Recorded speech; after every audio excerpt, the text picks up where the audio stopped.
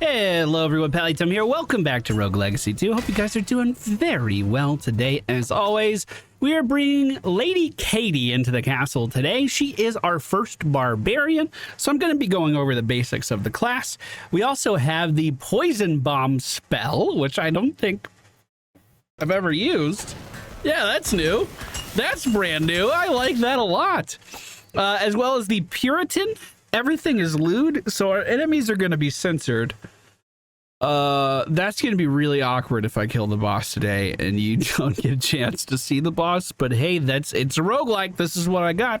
We also have synesthesia, so everything is going to leave behind this beautiful color. I actually really like synesthesia. As always, make sure you're talking to every NPC in the base. Every time you see those dots, that means you need to talk to them. Also, this dummy at the top, if you are ever playing a new class, they can tell you a little bit about your class, so you're not going in super blind. As always, thank you guys for joining me today. The goals for this video are to unlock the lifesteal rune. I meant to do that last video. We went on a little shopping frenzy, and I forgot. And hopefully defeat the second boss of the game, and we can start progressing through again. Last episode, we did unlock Maria, the pizza girl. You see her jumping on our vessel right now. Maria allowed us, in return for 1,750 gold, she allowed us to permanently unlock a shortcut to the Sun Temple. Maria is a key component of this game, so my main goal with the last video was simply to get to her. Now we start at the halfway point of Axis Mundi, and we could start making our way over to the second boss. If you guys enjoyed today's video, please be sure to hit the thumbs up button. Look at the sensor. Oh no. Okay, I'm just gonna tell you what everything is. These are maces. They can do an AoE attack that we have to worry about. This hoppy thing is a fish. Fish are the bane of my existence. This is a lightning mage who we can kill super easy. And there is also a knight in that corner with the fish. I feel silly going with the censored trait. I gotta be honest. Feeling a little silly. Feel a little silly. All right, so the cool things about the barbarian, number one, they hit really hard. If their feet are planted on the ground and they do an auto attack, it's a guaranteed critical hit. And our damage at this point in the game hasn't been increased yet, but still that swing is enough to take down most like magic based enemies. You know what I mean? Someone who's here to shoot spells at you, that single swing will usually do the trick. We also have an incredibly strong class ability. We have the Barbarian Shout, and it is capable of doing... sorry, I'm trying to figure out the pattern here. It is capable of doing some really great things. Number one, it freezes every single enemy on the screen for a short duration, allowing you to basically lock down enemies, stun them, figure out how you need to maneuver around them, or just buy yourself some time to rethink your strategy. It also completely freezes... Oh, this is a skeleton archer. I couldn't tell. Wait, I can't see when he's going to shoot again. It also completely removes every single projectile within your range when you casted the ability. That's a bone skeleton, and that's a lamp on the right. I guess the lamp is already spawning stuff. Okay, this will be harder than I thought. This will be harder than I thought. The reason I'm not just spamming the freeze and kill everything, or freeze everything, our class ability, or remove everything, is because it has some stipulations with it. For instance, while it is really good, you can't use it all the time. You have to actually take damage to reset this ability, which adds in some interesting strategies. So what the heck traveled all the way over to the right? I was doing a run a little while ago where, yeah, some meat, where we were having an incredibly successful barbarian run.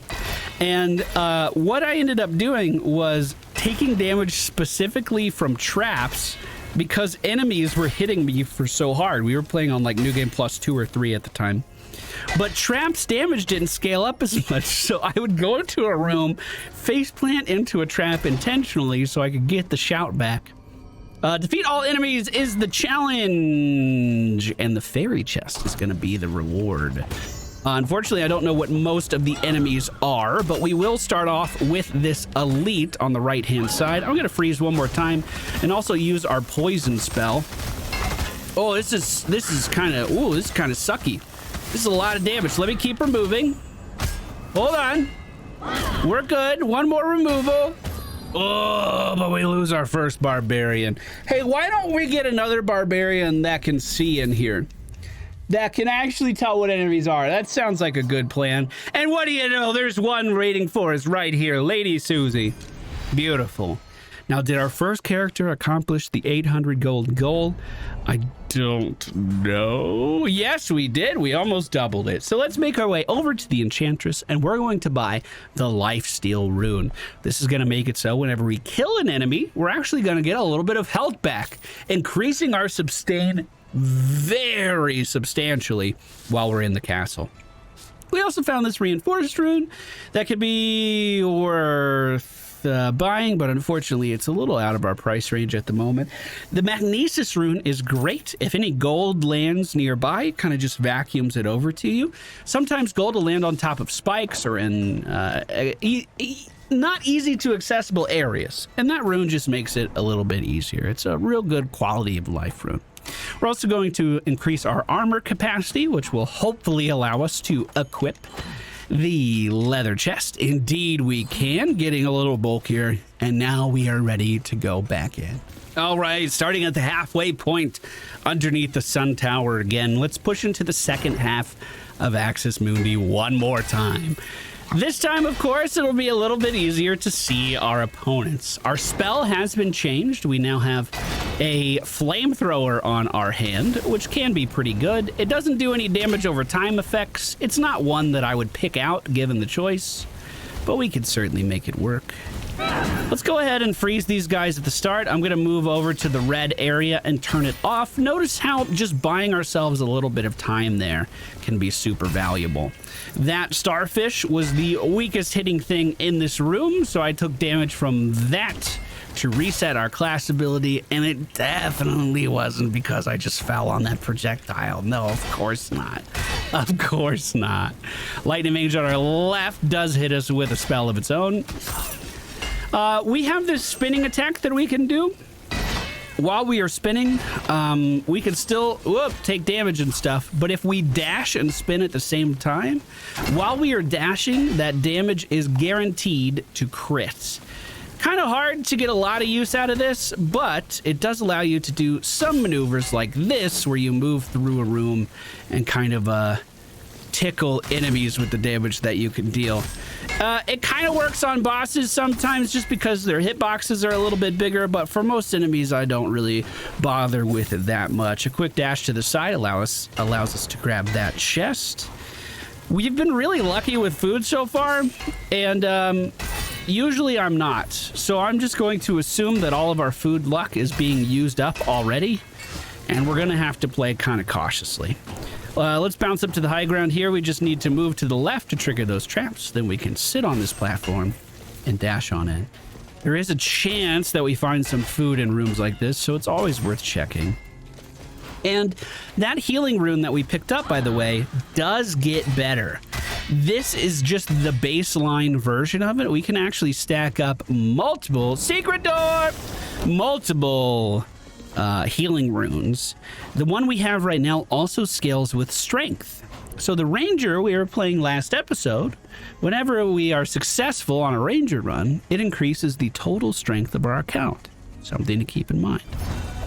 We open the secret fairy chest and we find the bounty rune, one of the best runes that you can get early on. There's a big old smile on my face right now. The bounty rune simply allows you to acquire more gold per enemy. It is a pretty heavy rune, so we might have to invest in some rune weight. I can show you all about that when we get back to the base. This is the last quarter of Axis Mundi. If we can make it through here, we will see the boss.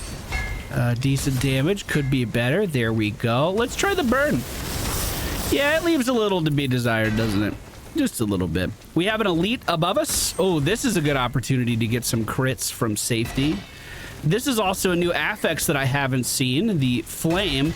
So even though this is a lightning mage, because of their elite affix, they're still able to fire fireballs at us as well with a small barrage. They're sitting just outside of my main attack range, so I'm having to do these really weak jumping attacks.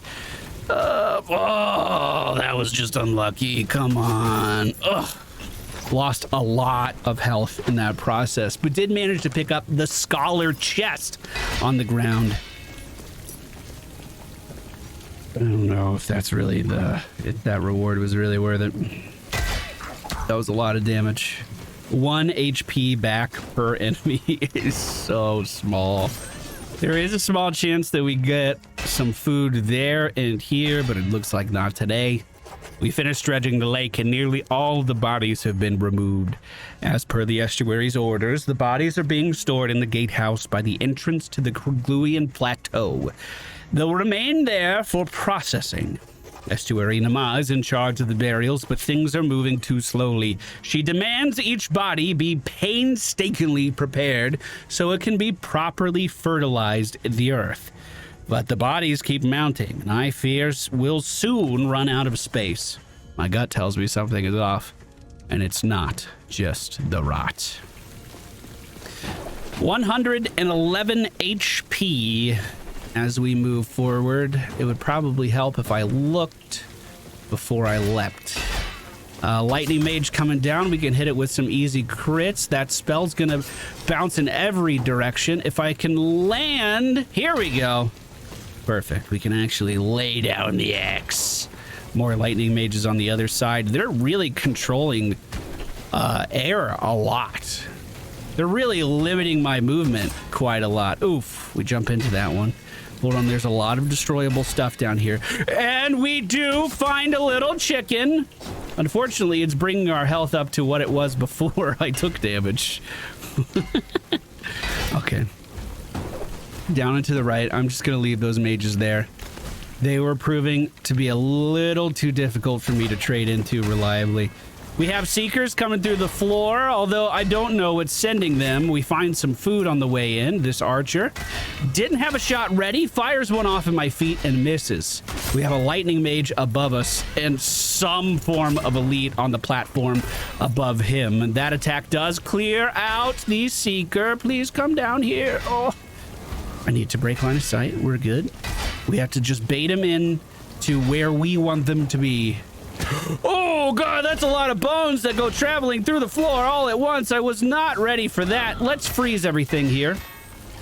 I'm gonna have to drop down to the floor below, freeze again. Good damage on the elite, and we finish him off. One more attack and we are likely going to die, but before we go, we managed to scoop out a warden's helm from a nearby chest. Moving to the right, there is a purple question mark on the map. Let me break this bed too. Still no food. Okay. As we move to the right, that fish is gonna kill me. I can feel it. I always die to the fish. Always. Oh, it's a challenge. No way, dude. No way. I don't have it in me. Is the fish still down here? It is. Let's skip over it. If we do make it to the boss room, we are going to be healed for 20% of our total HP, which isn't a lot, but it's better than what we have right now. That cannon's going to continue to fire off stuff. We can attack it. Whoa! From safety, from down here. Oh, I can't even yell. I'm just going to dash over. Good. Wait for the attack, and then we move back in. Perfect. Perfect. 45 HP in a dream. It would be incredible if this was an apple room. I'm just putting that out there. Damn it. That spell's really good, though. Oh, and we do find some food. We do find some food. I'm taking the spell. So we're going to swap out our flamethrower hand for the searing shot. This is a blue fireball. Has a considerably much higher mana cost, but this allows us to shoot through walls. So, like the eyeballs that have been firing at us, we can give them a piece of their own medicine now. We have made it to the last room in Access Mundi, and behind this door is the second boss of the game. It'll take a miracle to get this, but barbarians are really good boss killers. So let's see if we can do it.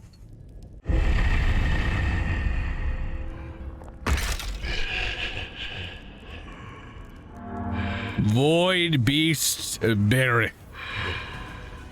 I never know if I say that right. So their big thing is that they summon these massive bones that travel across the room. They also have a jumping attack that then sends out horizontal bones towards the player as well, and bones that they throw out above us. But this is only a small portion of the fight. I would say this doesn't look too complicated, right? We can manage this. Well, very soon we are going to have a visitor. And this visitor will do everything that the boss is currently doing at the same time. Oh, and limit our playfield quite substantially. Big damage from these guys. We can freeze them, which is not a bad idea considering we just took that damage. Wow, that was a tight spot, boys. That was a tight spot right there. Trying to dash to the right, unfortunately could not get over those projectiles in time. Here we go again, horizontal. This is going to be a big one above them. Let's see if we can get out of the way of that.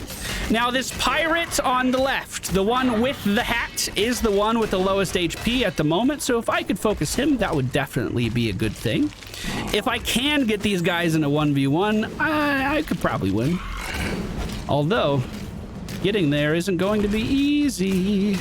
I don't like being in the middle of these guys, especially when they can spawn stuff like this, and we have 1 HP and a dream right now. Shouting to remove. Holy shit, that was close. I gotta get off the ground. Oh, and he just catches me at the start with that cast. Well, the barbarians had a shot at the boss today, and they did not walk away winners. But I still managed to grab 1,500 gold while we were in there. And I think next episode, we will take a look at another one of the classes. We had great luck our first run. We got a lot done in our first run. Oh, okay. So let's buy the Valkyrie. I think the Valkyries will be very good at that fight. They are able to remove projectiles from around them with their class ability without having to take damage. It's actually really strong. We'll swap over to a Valkyrie, and this will be the main focus of our next run.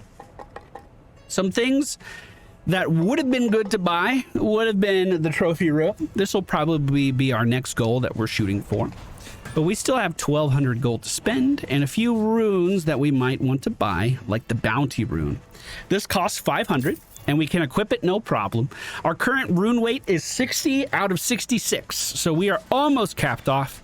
If we wanted to increase this by grabbing this reinforced rune, well, number one, we can't afford that right now, but we would have to start investing into this right here, the etching chambers, to increase our rune weight capacity. Instead, I'm going to start pushing a lot of our gold into the arsenal. This increases the strength of all of our characters, raising the weapon damage that we deal, making us much more likely to finish off enemies faster. And with that, that's going to end today's video. Hope you guys enjoyed it. I'll see you again very soon with another episode. Take care. Goodbye.